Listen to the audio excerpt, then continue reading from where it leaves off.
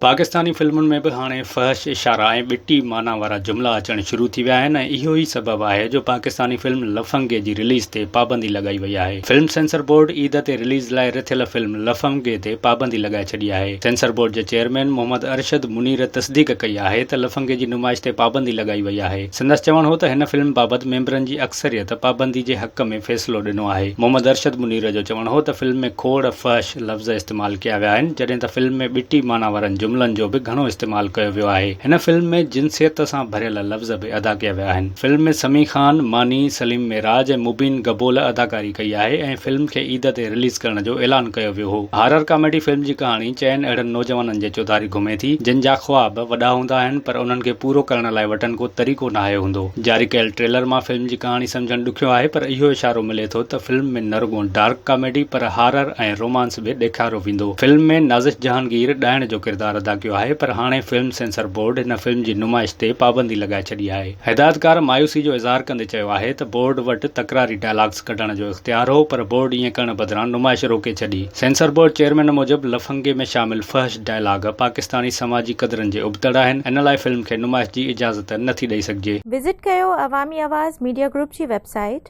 awamiawaz.pk